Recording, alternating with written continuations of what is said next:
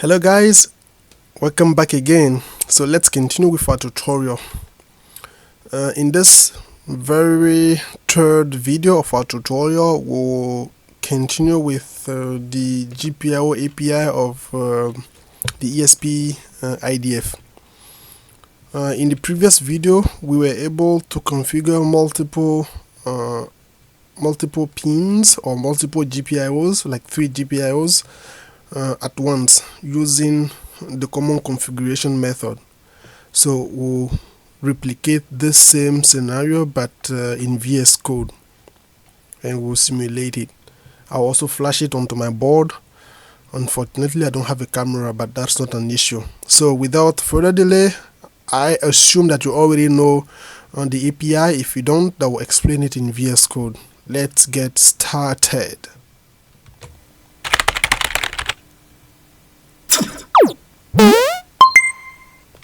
Alright, good, thanks guys. We'll not delay too much on this. What we'll do is just head over to VS Code and Ctrl+Shift+N for us to create a new project. So you can use the Expressive Explorer if you have the IDF, but I'm using Platform IO because I think it's easier for me. So click on it, then it will initialize the core. If you have your project already created, you can just pick it. If you don't have it, then create a new project and then select the board, get a name, and yeah, create a new project. Select new project, write the name, so I'll call it common. I'll just write common GPIOs. So this is the name of the project that I'll create, and choose the board. You can choose either the generic one, which is the Duet ESP32 DevKit V1. You can also use a particular one like the Arduino or the Node MCU. And for the framework, I will be using the ESP IDF framework because I have already made a bunch of tutorial on the Arduino framework. Unselect this if you want to save it to a particular location, which I always do, or you can just click finish if you want to save it to the default location.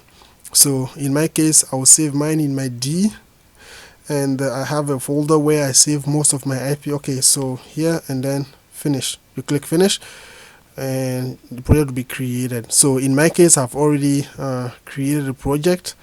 And if you create the project, this is how it will look like. So you have these 5 folders inside your project, and this is where all of your build files and firmwares will be. This is everything related to the extension, and this is where most of your header files should be located in this folder. And the library folder is where your external libraries or libraries that you'll be using should be located. This is the source code where all of your .cpp or .c and main file should be. And this is the test result. This is for gate. This is the make list, the CMake list. And this file is extremely important, the platform io.init function. Here is where you will check your environment, your platform, the name of your board, and the framework. And also here you can input the links of libraries that will be used in the project. Also, for example, the monitor speed or the baud rate can be defined here.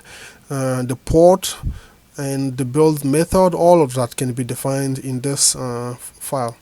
And this is also the SDK configuration. So how is it configured? Everything can be here. And this is the generic SDK configuration. I will not change anything here. So let's get into our source code. So in the source code, you have mainly 2 files. One is the CMake list, and the other one is the C file or the main file. So this one is very simple one, just giving you the component register and the requirement, but nothing to change here. In the future, with some of our project, we'll be including some component link here. So let's get back to our main.c. So as you can see, you have a void app main which is empty, and if you want, you can start including all of your header files by just hashtag include and write the name of the header file that you want to include, like let's say for example stdio. So yeah, and then you write whatever thing that you want, but I don't want to write most of this because I've already written the code. So what I will do, I will just get into my code, the code that we just simulated in the previous tutorial, do Control A, Control C here, and then come back to our project and then paste it in VS Code. So it is the same code that we just simulated in the web-based extension of WOKWI, and we are replicating it into the extension base in VS Code. So I explained this header file, which is the standard library for C, and these two from FreeRTOS, and this extension or the next file just is an extension of FreeRTOS from Expressive vanilla FreeRTOS, which is adapted for dual core microcontrollers.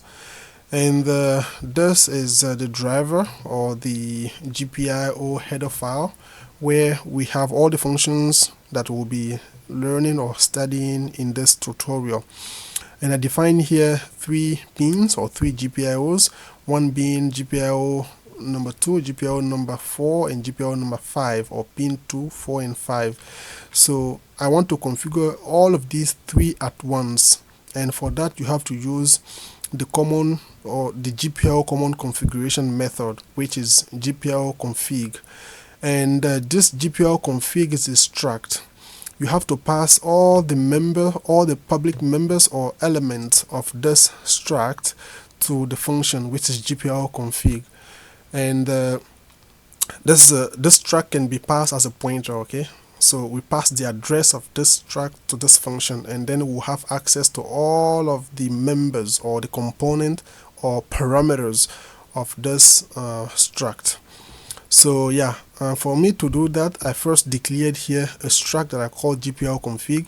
You can call it whatever you want. You can call it GPIO set, you can call it GPIO, you can call it configuration, simply just whatever name you give it. So this struct has some members, and the very first member is the pin bit mask. So you just use some basic bit max operation or bit operation on them. So here what I'm doing, I'm setting LED 1, setting LED 2, setting LED 3. So if you don't define this, you can just set GPIO number 2, set GPIO number 4, set GPIO number 5, which is the same thing. So 1 into LED 1 just means set LED 1, and this OR is used to set. Okay, you use OR if you want to set multiples, and if you want to clear, you use AND. Okay, I think that one is simple. So yeah, I'll call this one choosing the GPIO that you want to select, or selecting the GPIOs. So the second member of this structure is the pull down enable. So this pull down you can enable or you can disable. In my case, you can see here it is disabled.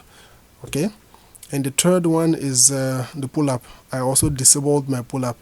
And the fourth one is the GPIO mode. So if you set this GPIO mode as output, all of these 3 pins or all of these 3 GPIOs will be set as output at once. So that's why it's called the common configuration, or GPIO common configuration. So it set all of these 3 as output, and it disabled the pull up of all of these 3. It disabled the pull down of all of these 3. Okay, all right, I hope that one is clear. And also the interrupt type. So you can enable the interrupt. So they are basically, okay, you can have a positive interrupt. So a positive interrupt just means a rising edge interrupt type. You can have a negative interrupt, GPIO interrupt type, and that simply means a falling edge GPIO interrupt type, or you can disable. So in my case, I disabled the interrupt. So in our very next tutorial, probably we'll be dealing with these interrupts, how to set the GPIO interrupt in ESP IDF. So after you set all of the parameters, or all of the parameters of this members of this struct, you have to pass them to the function, to the main function, which is GPIO config. So this function will have its parameters through this pointer, okay, the pointer that we just declared here, which is a struct from this template. So I think this one is clear, and if you want to also read about this, you can just get into this file. So I think third or fourth function of this file will explain how to use this GPIO config. So this is passing by pointer, a struct by pointer to this function, and you have a full access to all of the public member of this template or structure. So in the while loop, so what I'm doing here is just setting each of these LEDs on, or turning on each of them. So GPIO set level, so this helps you set the output level of the selected GPIO. So in my case, I'm using GPIO num2 or LED 1, and 1 means high. If you are familiar with Arduino, GPIO set level just means digital write. So digital write LED 1, then high. High in this becomes 1. You can also make it as true, which is the same thing. So, and vtask delay, it is just the same as delay in Arduino, and by dividing with the port take period, it converts the value in front into millisecond. So 250 millisecond or 0.25 second, quarter second. So I turn on the first LED, turn on the second LED, turn on the third LED, or set the level of this GPIO output as high, and then in the next turn all of them off. So turn LED 1 off, and also 0 can be false. So because this is a binary, 0 means false and 1 means true. 1 means true, 1 also means high. Okay, so let's build this, and then after we build, we can flash this into our microcontroller, but the main purpose of this is to simulate.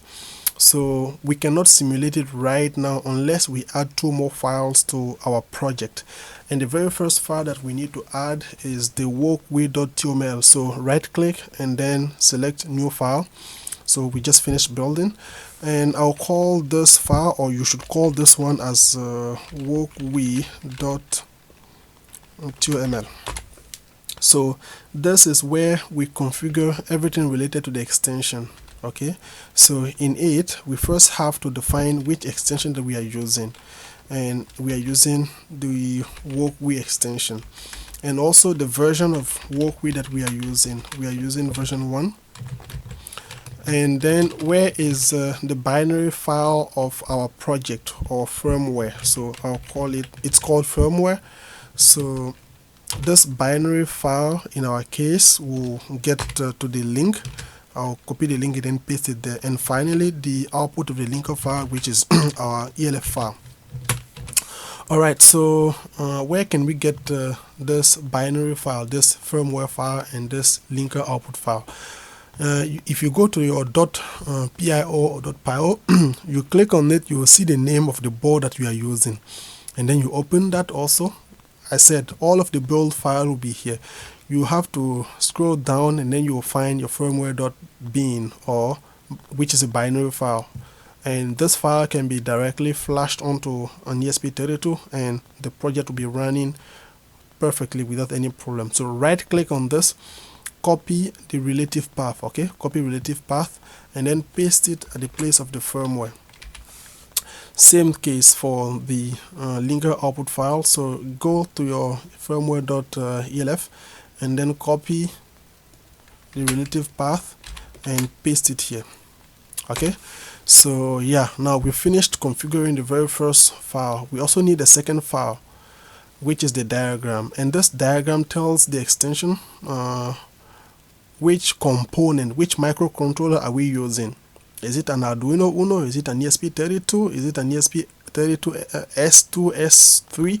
So for that, we need to get a diagram file. So right click and call this one diagram. So this diagram is a JSON file, and I don't want to write the code, we can just get back to our project in the web-based extension, and then you check for the diagram.json, copy that with a Control A and Control C, and then paste it back to and then paste it back to your project in the diagram file, and then you can rename this as a diagram.json file, because it's a JSON file as we saw. So it's loading. If everything is correct, then we'll see our diagram.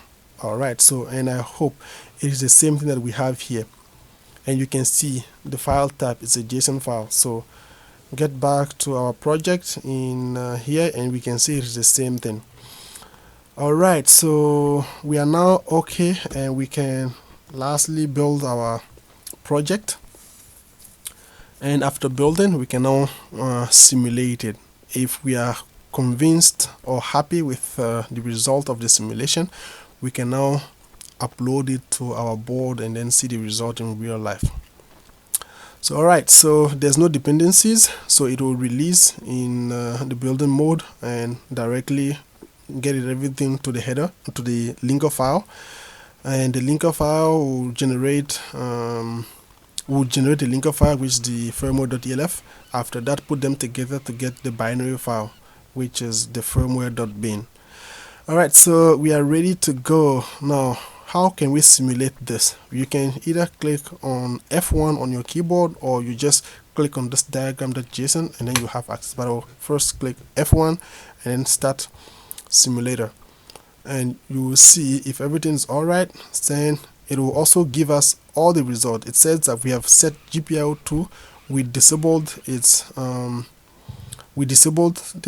input, but we enabled its output. So you can see 1 means high, that's why I wrote 1, and also open drain, it's 0, pull up is 0, pull down is 0, interrupt is 0. So I just set the output. Okay, I enabled the output, and you can see this is the result. So first red, yellow, and then green.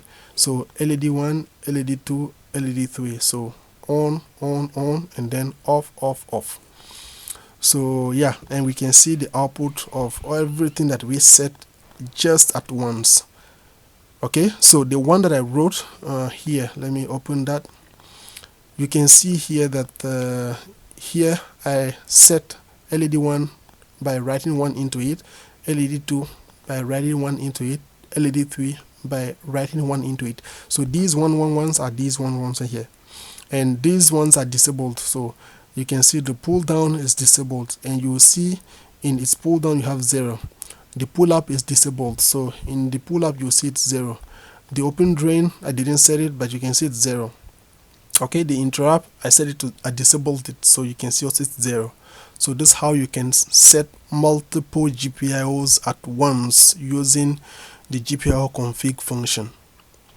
Alright, so that is it, guys. Let's get back to our simulator, and you can see, so that's the second way to simulate. You can just click on your diagram.json, which is here, and then click on simulate. It will start simulating. So yeah, this is how we configure multiple GPIOs at once in the ESP IDF. Thanks for watching, and see you again into another tutorial. And I think the very next one will be the interrupt. So how to set the interrupt of GPIOs in Expressive IDF. Thanks and bye bye.